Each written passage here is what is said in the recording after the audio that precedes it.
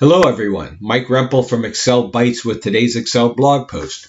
Today we're going to continue looking at the newer functions in Excel by looking at the MINIFS and MAXIFS functions. So let's take a look at those in Excel.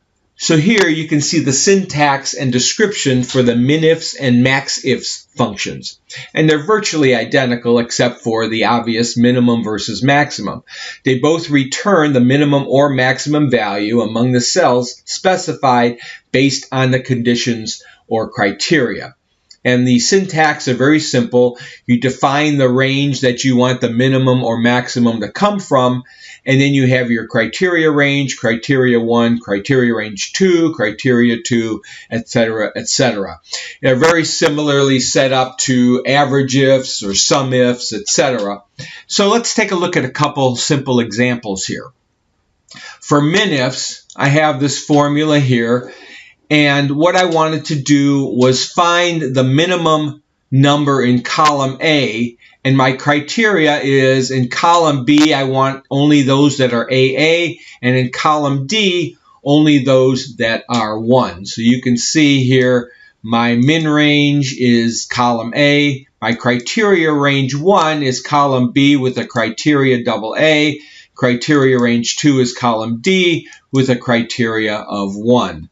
So if I did this manually, I can say filter by AA here and filter by number 1 here. And you can see the numbers that result are 50, 41, and 41. So the minimum of that is 41. Again, it works perfectly. Maximum, same thing. Here I have my max range is column D, which is the ratings. The criteria range column C, I want that to be sales. And my second criteria range A, I want that to be greater than 42. So again, if I filtered this column by sales and then this column to be greater than 42, you can see I have a 1 or a 2. The max of that is a 2. Again, it's working perfectly. So it's pretty basic, pretty simple in terms of the logic that you'll find with these. Now let's take a look at an example and how we would have done it prior to having these two functions using an array formula, and then now how we can do it much simpler using MAXIFS and MINIFS. So first, the array method of doing it. Here I have a list of clients and the dates that we visited them. And what I want to do is create this little data range here with the client name, the visit range, which is the difference between the first time we saw them and the last time we saw them, and then just using COUNTIF, get the number of visits, and then just dividing one by the other to get the average time between visits. So if we look at the visit range formula, we had to take the max of the clients that equal D2, which in this case is Betty Martin, times the dates, or the data range 2 visits, and then subtract from that the minimum if the data range equaled D2, Betty Martin, and then returning from that the date that would be based on that criteria. And then subtracting those two.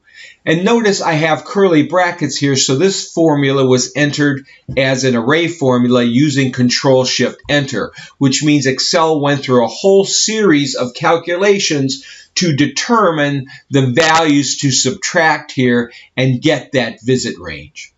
If we look at the last tab, the formula is very simple and basic. I just take my MAXIF, I take my criteria for that MAXIF being the visits, my criteria range 1 is the clients, and the criteria for that is D2, in this case Betty Martin.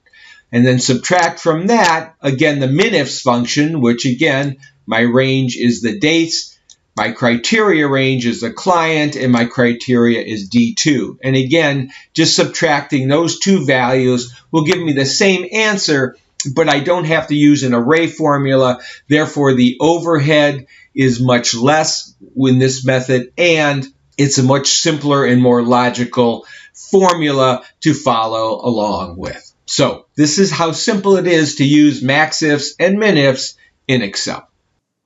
And there you have it. I hope you like what you see. If you do like what you see here, please take a minute to share this post on your favorite social network. I can be found on Facebook, Google+, Twitter, LinkedIn, and YouTube. So I hope you enjoy this. If you'd like to see more, please feel free to stop by my website, excel-bytes.com, and I hope you subscribe.